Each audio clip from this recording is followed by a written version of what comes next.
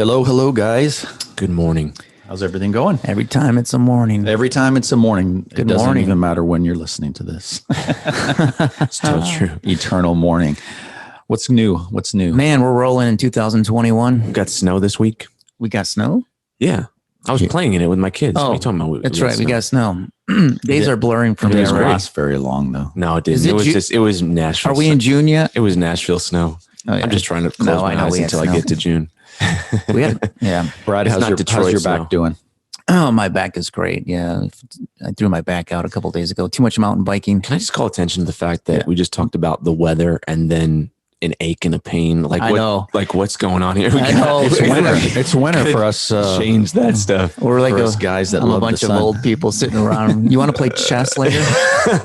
Chess, isn't it mahjong or something like Oh, that? You guys play? A cigar on the back porch is fine with That me. actually sounds great. Yes.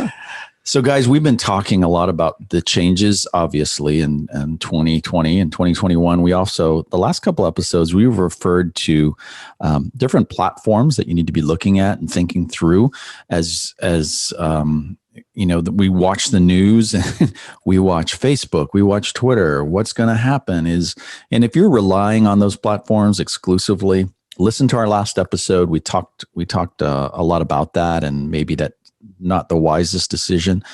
But as we look at other platforms, specifically today, we've got a special guest, and we're going to talk about Amazon and maybe some other things too. But we've got a special guest. Yeah, I mean, I would say, you know, we talk about it a lot. Like you need to diversify, especially marketing channels, especially, you know, if you're an agency kind of servicing clients, and especially if you're in e-commerce. And, you know, Amazon has been, it's not a marketing channel per se, but obviously it's a marketplace, right? And it's grown tremendously. I don't have to say anything about that. But what I want to dig into today are some of the ins and outs and underneath the hood of maybe what we don't all see from the outside on Amazon. And this agency owner also, he's got a lot of other experience, and we're going to try and dig into his story from last year. And I think he has a really unique way that he leverages work. You know, maybe, I don't know if it's in the US, we'll have to ask, as well as other countries. Yeah. But I know a lot of agencies blend those kind of things. We've had those discussions that we'd like to talk about. I know, Brad, you do that. Some of that right? stuff. You blend local and outsourced out of the country. Yeah. I've been doing that for years. So Yes. it feels pretty natural. What I'm interested in is, you know, we talk a lot about different type of marketing channels, but we don't really talk a lot about sales channels and how, you know, a monopoly or a large company, it's not, I don't know if it's a monopoly, it hasn't been deemed that yet, but like Amazon is, you know, is really, I know a lot of folks who just basically use Amazon for their sales channel. That's it. And is that a good thing going forward? Is there some other options that people are not thinking about that are coming up? And so I think our guest is going to have some good insight on that. Yeah, so our guest today is Mr. Michael Begg. He is the founder of AMZ Advisors, and he's an e-commerce entrepreneur. He also comes from a background in real estate, commercial real estate. Looking forward to hearing a little bit about that. He speaks all the time, actually. He's spoken for SEM Rush, which we all love SEM Rush, as well as other podcasts. And I am really excited to have Mike here. Mike, welcome to Agency Exposed. Hey, Bob, Ken, Brad, thank you for having me here. I appreciate it. And you know, hopefully I can give some good insight into how my agency works, how the Amazon platform works, and you know, how I've built my business to where it is. Awesome. So before we begin, I think we need to set the stage. Where are you calling us from this morning? I am dialing in from my office in Guadalajara, Mexico. I've lived here now for about 3.5 years.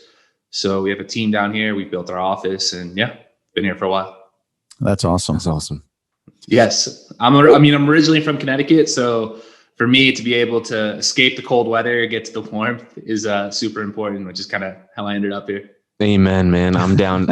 I came to Nashville from New York 15 years ago. So yeah, for the same reason. I think we should go down and visit Mike and do a couple episodes down there. Yeah, that sounds good on the beach. Yes.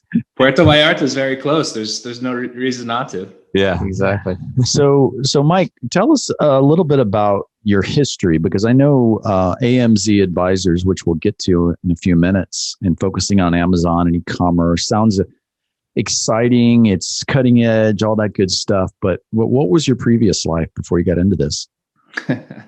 It seems like a long time ago, but originally I started right out of school working in consulting. I worked for Deloitte for a few years. Really didn't like consulting, actually, and then kind of moved into retail real estate development for Sears, which was an interesting time because at the time we spun off a REIT. We were doing a lot of things to try to generate cash for the company to stay afloat. We were closing retail stores, redeveloping them, selling them, getting out of leases, doing whatever we could. And that is kind of where I saw the writing on the wall that e-commerce was becoming more and more important. It was growing a lot. And then that's where myself, my two partners now, we kind of jumped into it, started building our own brands, importing products from Asia, and then selling them on the Amazon platform. And then from there, it just kind of naturally progressed into providing these services for other companies. That's really interesting. So you really saw an opportunity because you were working in an environment that was dying and was being, eaten by e-commerce. And so you're like, I'm going to jump on this other ship. That's a good way to put it. Yeah, I mean, it was an interesting time. Obviously, like myself, I never really considered myself like an entrepreneur to really go out and do things for myself prior to working at that job, which is when I kind of realized that, what's supposed to be a safe 6-figure job, doing well, isn't that safe if the company's actually going under. So with that being said, I kind of was like, all right, well, let me try something else. If someone can't make good decisions to keep this business going, I trust myself to make better decisions to, make my situation work. And yeah, it's kind of the way it went. That's interesting. So you did Amazon as for yourself as your own business and with your own products before you started an agency to do it for other people, correct? Yeah, exactly. We actually started selling products kind of on the side because building these brands initially, it wasn't really a full-time job. I mean, everything with the Amazon platform kind of handles itself. So once you have the inventory, it's pretty easy to sell. And yeah, we just kind of started on the side. And then once we saw the opportunity to really provide these services to other people, we just kind of all quit our jobs and went full steam ahead trying to provide these services and grow an agency out of the Amazon space. So how long ago was that when you started AMZ? We started it in 2015, I think March 2015. So yeah, and before that, we started selling in about a year earlier, January 2014. So yeah. Mike, I'm curious. I think a lot of, I guess it's all over the board, but I know a lot of agency owners that, the grass is always greener. So they're always like, oh man, I'd love to, have a brand and those kind of things. And and I know, especially in the e-commerce space, that's pretty tempting because it's supposedly a lot easier. My agency is actually in the e-commerce space, and we own a couple brands as well. So I think I have some maybe similar reasoning behind it. But I'm curious from you, why go from running your own brands to providing services? That's a good question. I mean, at the time, it was more just kind of a cash flow thing. Obviously, providing a service is nice because, especially in digital marketing, it's very cash flow heavy. It's a little bit different than building a brand where you're investing into inventory. You might not be turning that inventory as quickly. You might not be getting that cash back. So just from a security standpoint, it made a lot of sense for us to get into the agency space because we were able to make enough money to support ourselves. We weren't, stressed out and worried about that. So that's kind of, one way that we started going into that. And yeah, I mean, sometimes you really just don't know when you're building a brand. I mean, you might be investing a lot of time and a lot of energy into building something, and you might go to launch and then, it might fail to launch. It might not take off. And, all that time's wasted, all that money you invested into it's wasted. And obviously there's a risk there, but, having that agency piece have to kind of backstop us was the reason that we did that. Yeah, I mean, and it provides that stability to you. I'm we talk about this a lot. I'm a big believer in, I call it monetizing your exhaust. It's like if you're doing something especially agency owners, I think sometimes we're really myopic in how we say, okay, we're doing this, only this and this and only this, and that's the only thing we can do. Sometimes people spread their nets too wide, but really being intelligent about, like, while I'm doing this, I'm actually creating this other product. It might be knowledge, it might be information, it might be, expertise in a certain industry, and then bringing, not spreading yourself too thin, but kind of finding new revenue streams in those places, I think is just really smart. And so I like that. I know we're going to go in all different directions, but I'm curious as I'm talking to you. So you have your own products on Amazon, and then you start an agency to service brands that want to succeed the way you have. How I can imagine, like, so the first few clients are probably like people coming to you and being like, hey, can you do this for me? Yeah. Beyond that, when you create the business, like the, sort of running business around this service, the agency side, talk a little about, if you would, like, how do you get clients? Like, how do you market your agency? Are there any tips, techniques, and things that you found that, just work? Are there any roadblocks and challenges that just have been, that didn't work so well as I thought it would? Yeah, I think one of the great things that's when I started is that, I have two partners in the business, and this kind of really allowed us to specialize into different areas. The one strength that one of my partners had was sales. So he was very comfortable doing outbound sales, making phone calls, getting in touch with people. That was his background. My background wasn't really in marketing, but it was something that was always kind of interesting to me. And early on, I started focusing a lot on content marketing. So we really focused on putting out a lot of SEO blog content to really try to build our authority within the Amazon space. And that has paid off wonders. I mean, we generate close to 30,000 unique users to our website through doing content marketing. And we're not even running outbound at this point. We have so much coming in from inbound. But primarily, SEO, do a lot of podcasts now, like I'm speaking with you gentlemen, video content, webinars. We offer, some lead magnets for people that are coming through our website to download ebooks, things like that. So we generate a lot of leads that way. And that's kind of the way that I've built the marketing team. I have one content manager that helps me and one content writer that does all our blogging. And we just focus on putting out the best and most relevant content within our niche. Where in the world are your clients? Are they mostly in the US, or are they mostly outside the US? So we have clients all over the world, primarily the US, a lot in Canada, a lot in Europe.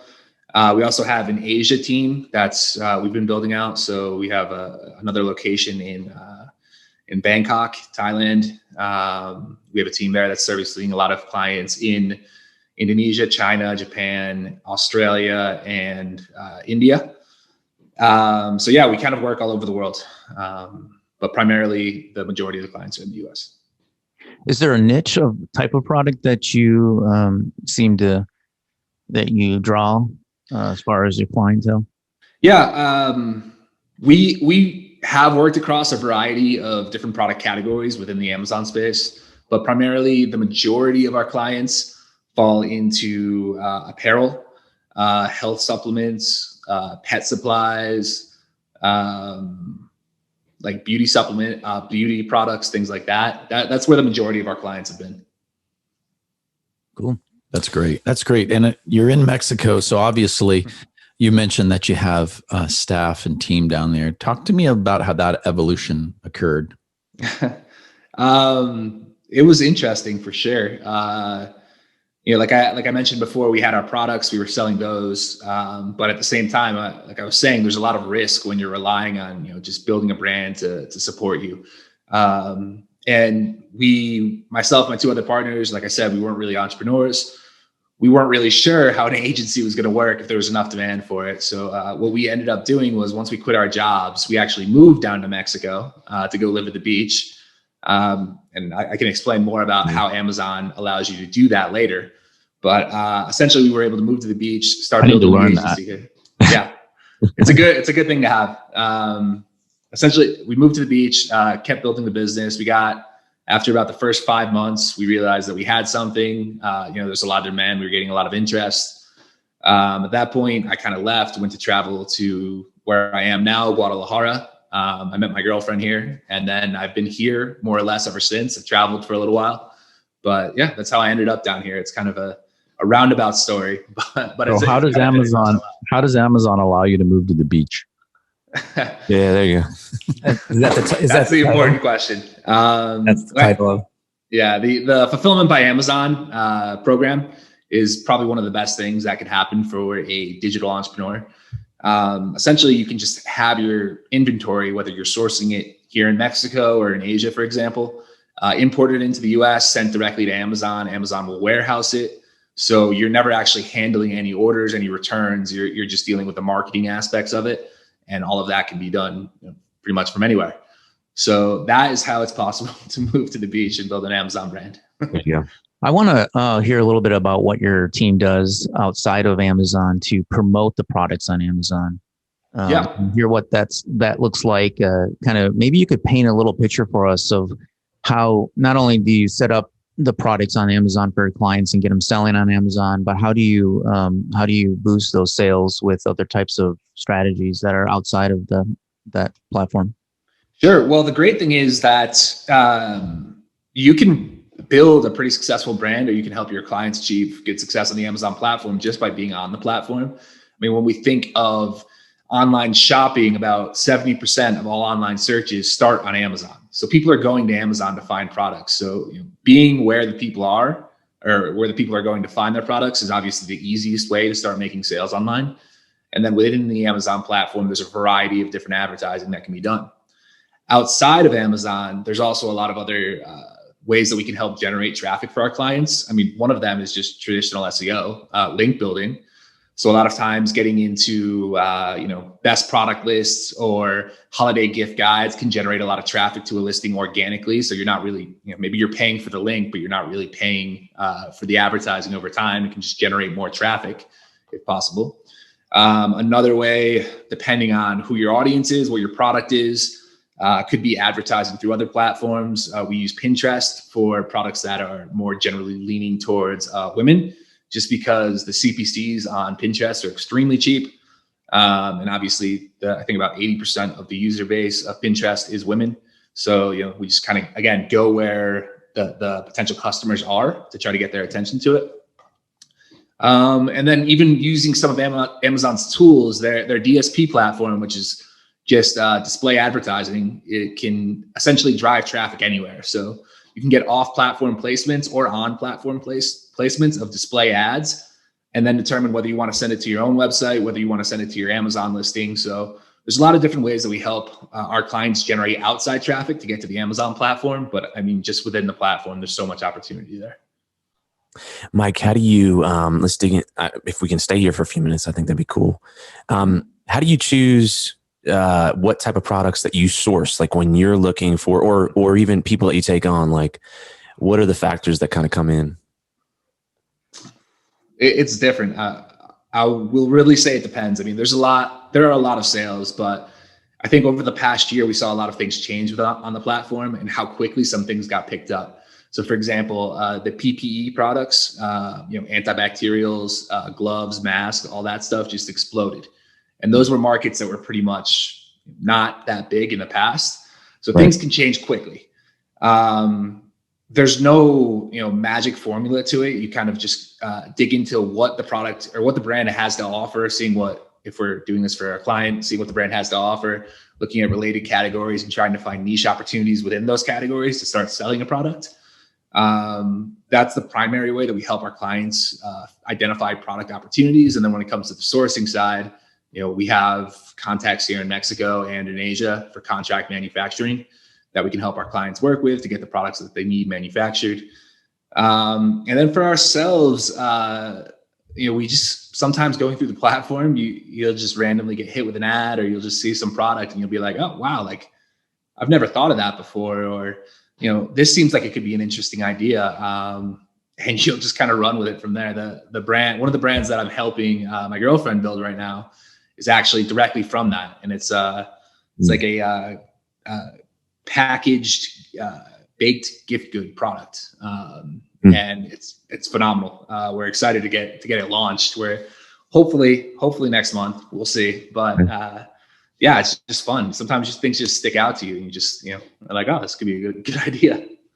For those people who are listening and they've always wanted to do that, what's the and I know this is a loaded question, but does it take a lot of cash up front? Because depending on who you talk to, and I've worked with clients too, to do it right and to really launch something good, a lot of times there's a big inventory investment, there's a marketing investment, there's, that whole chain of execution.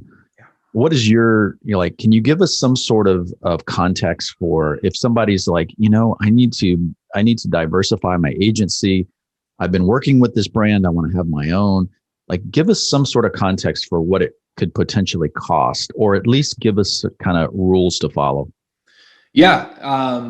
It depends. I mean, the level of launch that you want to do is going to determine how much of an investment you're going to need.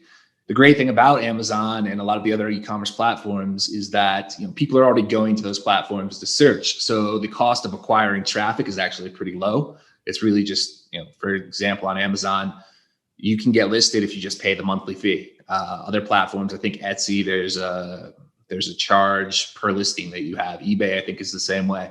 So just kind of going where people are to begin with is a good way to launch, and that's a pretty low cost way. And then obviously, if you're going to go with a higher launch, like for example, we're launching another brand where we're partnered with some individual that has a lot of connections within the MMA space. So a lot of UFC fighters. So we've got a lot of UFC fighters that are going to be doing influencer marketing. I mean, that's a whole different level of, cost and, launch that you're going to go for. But if you're going to try to build a brand on your own, something as a little side project with about, $10,000 to order inventory, have a couple $1,000s to play with the advertising, get going on the sales. You can build a pretty successful brand. And, you could also consider, a lot of people just don't even build brands within the platform. A lot of them will just buy random products that they see opportunities for and sell them through their account. So, they're not building a bigger brand. They're just selling a bunch of different products where they can make a couple $1,000s a month per product, maybe, and just, generate cash that way. So again, it can be done pretty cheap. $10,000 really isn't that much compared to, how much you could spend doing a bigger launch with like UFC people or influencers or, other marketing channels like that, like a PR company. Yeah.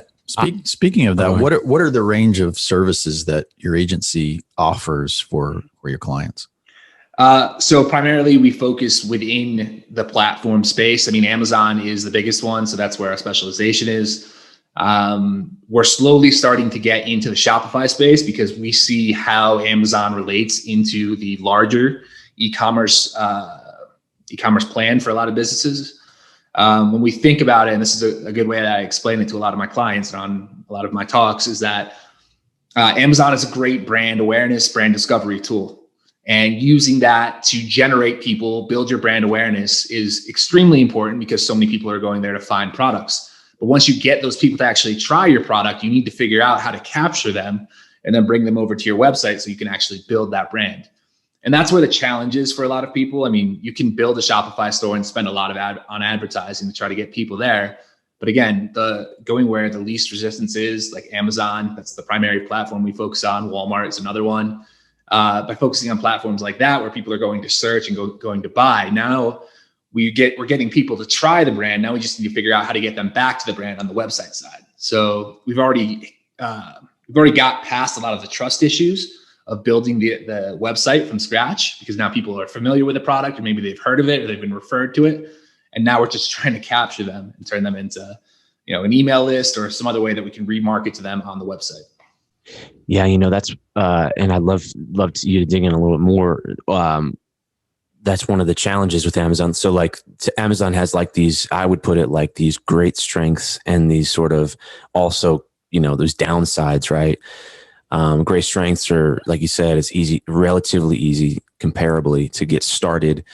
It's a discovery platform, so you can kind of build some sales, really quickly. It's, the advertising is, you know, it's not as saturated as like Facebook ads and those kind of things, right? And so like there's some real benefits. But I would love to know what your thoughts are. Like the challenges are, you know, in obviously moving someone from a one-time purchaser of some random brand to actually a customer of your brand and being able to talk to them, because that's kind of a big part of, like, I guess, future growth. But also, and I want to, maybe we can talk about last year on the backside of this a little bit. So we don't have to go into this just yet, but you know, I know Amazon can be volatile, right? Even in trends, and even, you know, you're on someone else's platform, those kind of things. So how do you mitigate some of that? What do you think about that? Yeah, I'll gladly cover that. I've had some, you know, I know clients that have their Amazon account shut off every once in a while. It's like, you know, oops, sorry, it was accident. It was accidental. Yeah, you can lose, you know, thousands of dollars in sales over time, and it's crazy, just literally overnight. But to answer the first part there, when it comes to, you know, trying to acquire the customer to another platform, it's definitely a challenge within the Amazon space. They're very protective of the personally identifiable information that each customer has within the platform, and they don't really allow you to do a lot of remarketing. That's slowly starting to change, and there's one way that you can do that. So the primary focus that we try to help our customers understand is that using product insert cards or using ways to send a message to the client within the product purchase is one way that you can get them to potentially come to the website. I know a lot of people use QR codes to get people to join a messenger list on Facebook, so they can be marketed through Messenger on Facebook, and then, you know, through their Facebook page. That's pretty common. That's another way that I've seen it. But one of the tools that I mentioned before, Amazon DSP, has a great ability to actually send traffic off the platform. So you can create your own custom audiences within the Amazon platform.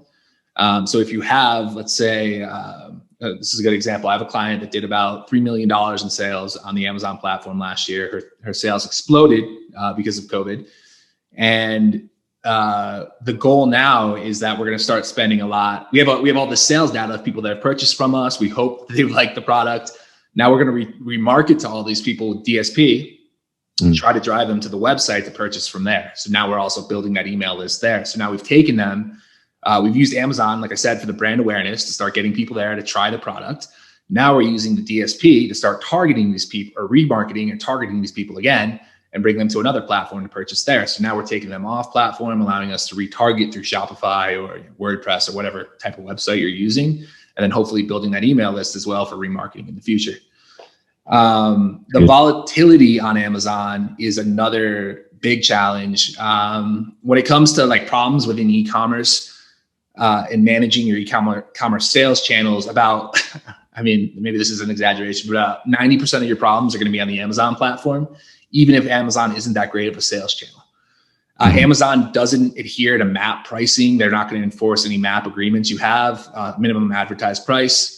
So, you know, if someone is selling your product cheaper on the Amazon platform than the other channels, I mean, that could create huge issues with your distributors. It might get you kicked off of other platforms for selling the product cheaper on Amazon, and vice versa. Amazon will suppress your product if it's cheaper on other platforms. So maintaining your supply chain and your distribution network is extremely important to making sure that you don't get kicked off the Amazon platform, following the rules, doing everything that Amazon's asking you to do, and not trying to get, you know, creative with your copy that falls outside of Amazon's terms of service are the best ways to make sure that you're not going to get, you know, knocked for selling something. Price gouging, that was one that we saw last year in 2020 that got a lot of people kicked off.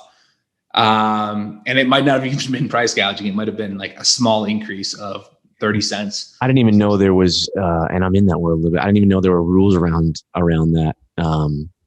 So that's interesting, because I noticed that last year quite a bit, right? Like you had people that were selling like, you know, whatever protective stuff or even like home lighting equipment, like they tripled the price. Yeah. So so they monitor even price levels.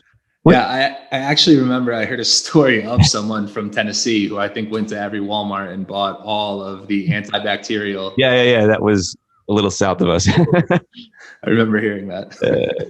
For our audience, and if I wanted to kind of paint the picture. If you were to take on a client, let's say that had a small one-off product, and they wanted to start selling starting with a small budget initially, what type of team would you put on that to help them manage it? Like, do you guys do, the reputation reviews? Do you what type of management outside of just helping them and holding their hand do you guys offer?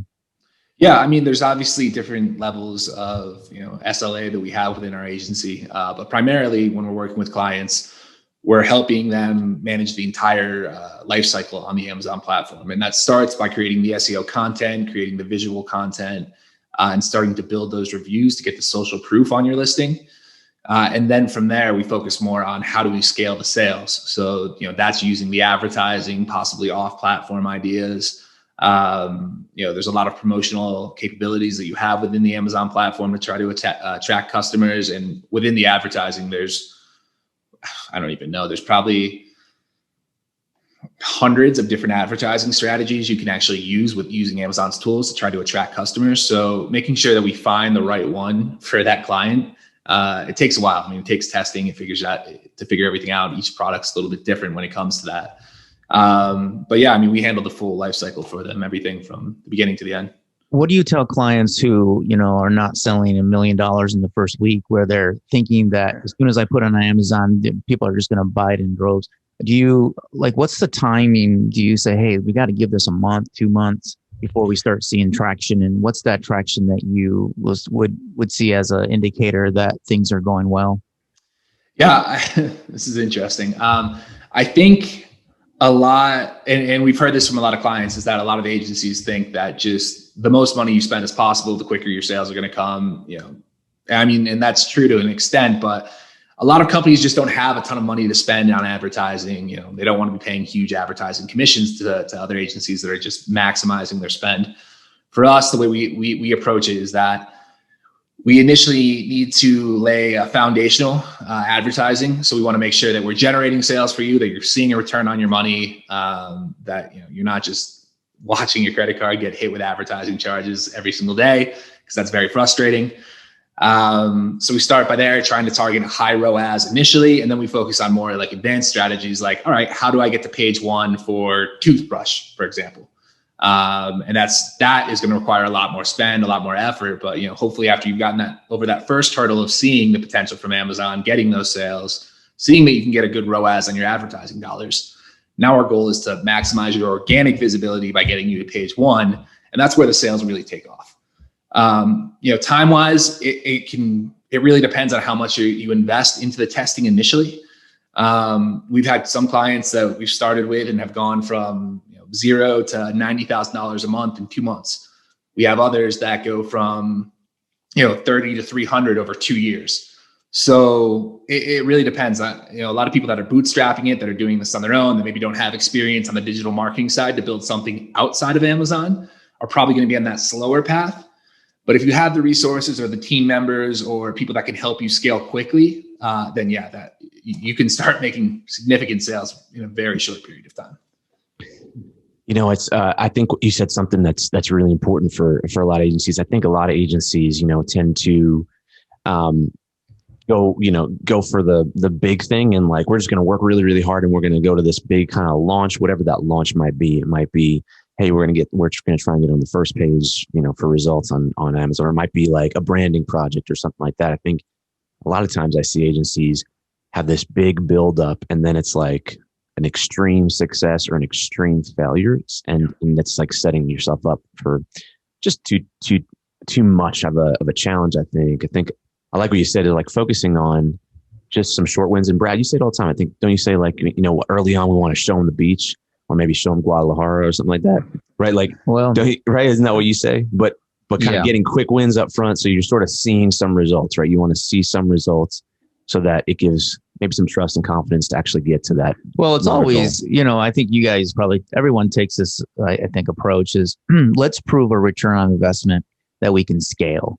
And if we can keep consistency of scale, then, and I think that's the challenge. Can you keep consistency? And I think, there are some risk. I'm a strong risk. I'm assuming that you've had clients that all of a sudden we're on the front page and making a lot of return on investment, and all of a sudden the algorithm or something in Amazon, takes them down the list, and all of a sudden now next month their sales drop, and nobody knows why. There's no rhyme or reason to it. Do you find that a lot, that you have to kind of be prepared to ride the roller coaster? Yeah. Obviously competition is high on the Amazon platform. There's a lot of new brands coming in, and a lot of brands that are moving a lot of advertising dollars from traditional media to the Amazon platform to try to capture a lot of these sales. I wouldn't say it's been so extreme that we see something go from, let's say $1 million to next to nothing month to month. But you will notice trends over time if other competition's coming into the space. And that's why it's really important to track your keyword ranking over time. So, I mean, if you have again, let's use a toothbrush for an example. The keyword toothbrush maybe generates the most sales. Maybe that's where you want to be at the top of page one. But 6-pack toothbrushes or whatever, if you're selling a multi-pack, still probably generates a lot of sales. So while your movement on toothbrush might fall down the rankings a little bit, you're still highly ranked on a lot of other keywords, so you can still generate a lot of sales. So those sale drop-offs aren't as drastic. But yeah, I mean, if you do have a huge competitor come in, for example, I learned this on my own building one of my brands. We were selling art supply products, and we mistakenly reached out to the wrong supplier, who immediately launched their product, the same one we were sourcing, and undercut our prices, pretty much put us out of business. So, competition, dealing with that competition is important. Obviously, advertising on your most important keywords also has a lot of value in staying on page one, but I don't think that you're going to see a drastic drop off from month to month unless something really drastic happens, like your product gets suspended, your account gets suspended, something like that. That's really where the big risks are and where those big drop-offs come. Everything else is a little bit more gradual. I have a specific question, kind of on that same vein. I've heard a lot of clients, and or maybe it's more rumors, but I'm sure I know it happens. I've seen it. Is how do you mitigate and guard against people knocking off your product? Because I feel like there's a lot of people all over the world, in this country, maybe in the back basement, somewhere in the Eastern Bloc country, that are like, okay, this product is killing it. Now we're going to do a cheap knockoff. And just all of a sudden, you kind of own the traffic, and then all of a sudden someone comes and sells it for half the price, and it looks still exactly the same. How do you mitigate that? I mean, this is why it is, well, in my opinion, really important to build a brand. I mean, like I said, you can sell one-off products if you want, but if you actually have a brand, you have a reputation, that's probably the best way to fight off people that are coming in like that. Obviously, intellectual property is another very valuable route. And that's actually having the intellectual property not only in the US, but in the country where the product's being manufactured. So for example, if you're sourcing in China, and you have a product that's patented in the US, you probably want to get that patent in China before you go out to anyone else to try to source the product, because otherwise it's going to get knocked off. Using those two tools of actually building a brand over time and intellectual property are probably the two best ways to protect yourself from people coming in and undercutting you. Obviously, again, that's a big investment as well. A lot of companies might not want to do that initially if they don't have something. But I mean, if you have something that's patented, that's extremely important to protect, because your patent only really covers you in the US. It doesn't cover you in the other countries where you're being manufactured. US intellectual property doesn't cover you in China. So making sure you have the stuff in China as well, if that's where you're sourcing, is extremely important to protect your Amazon listings. Yeah, I know. Counterfeit is a kind of a challenge these days, where it has been more and more, and over the last year, even more so. So yeah, I don't know that you can avoid it completely, but I like some of your thoughts there. I would say it's tough to completely avoid. Yeah. Yeah. I mean, mitigating is the best thing you can do. Yeah, right. Exactly. And building a brand is absolutely important. So talk about a little bit. How do your engagements work? So from just like a business service agency side, like, do you do projects? Do you do only one level retainers? Do you do different? Talk about that. And if you have any any pricing or parameters that you can, because we try and get as deep as we can here to, other agencies. I think this stuff is these are heavily shrouded secrets about like how we price and what we price and that kind of stuff. Yeah, what's your SLAs look like? So as much as you would be willing to share, I think it'd be helpful to other people if you could talk a little bit about that.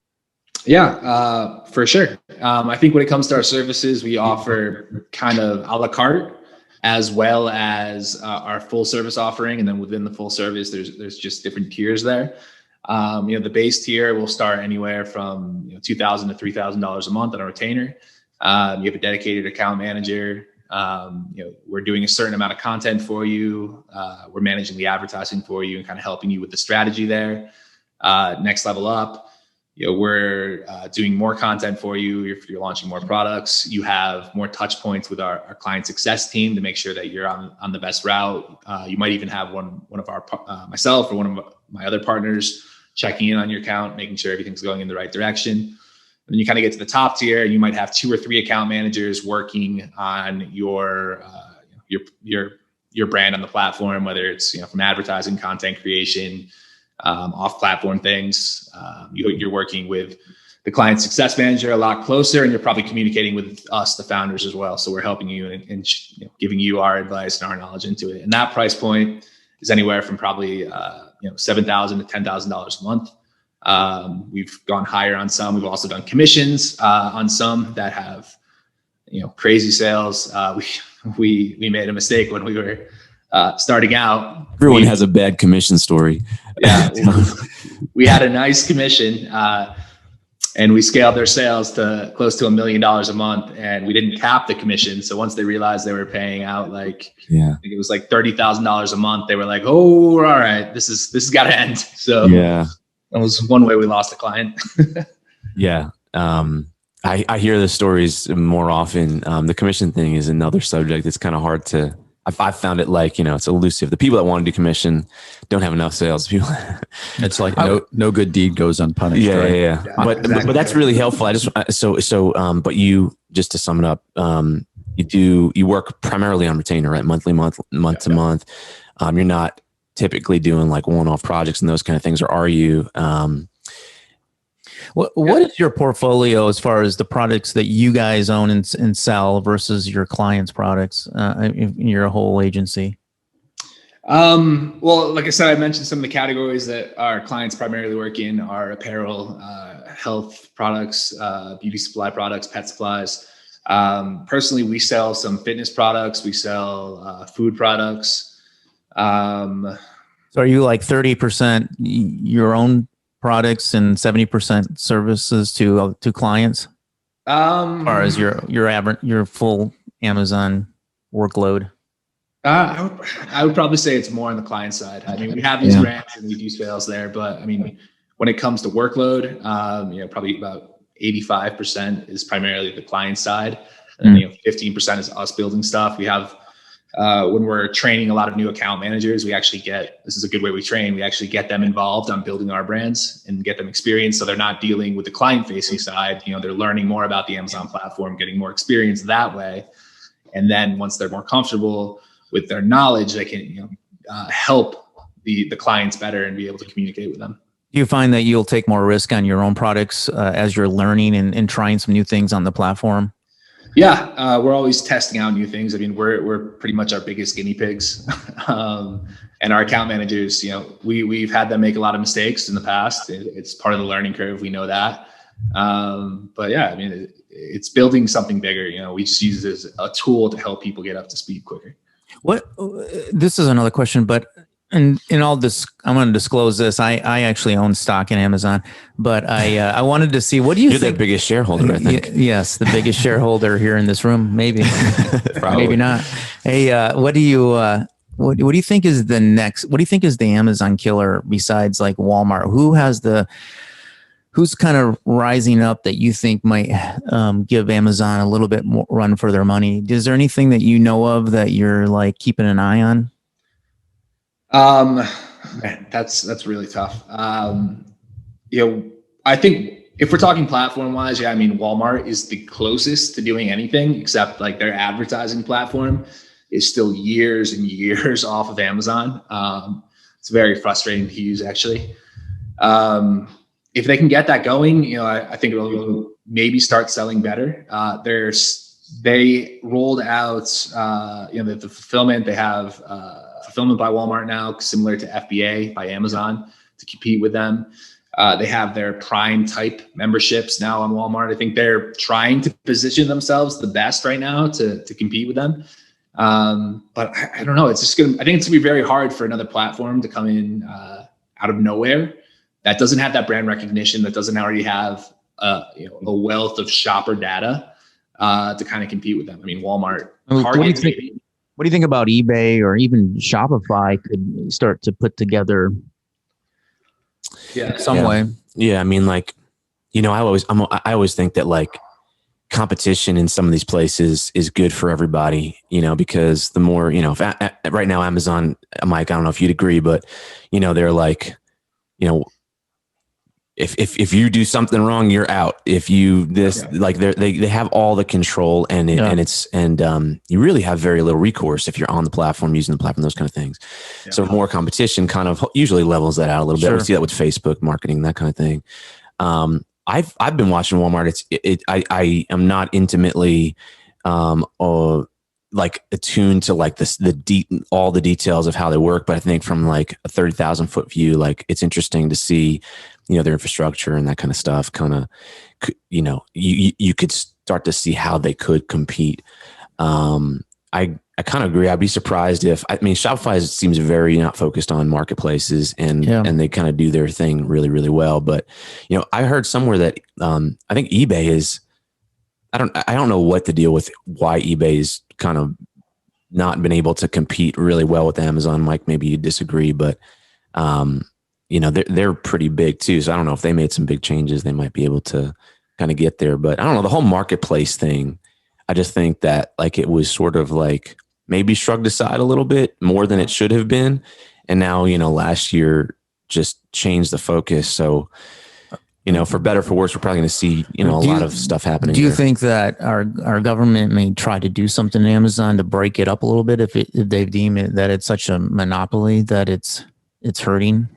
That is a question. I don't know. Have you guys heard anything? I am not qualified to possible, but who knows? Yeah, I mean, 2021. I think in 2021, I mean, it's realistic something could happen there. There is a lot of shopper data that Amazon has. They can pretty much compete with anyone at any time. So, it helped them get to their size. They're leveraging massive economies of scale. But I think at some point the government may have something to say with that. I think we're already seeing a lot of pushback in Europe already over the past year or 2 years, with first Amazon having to require more,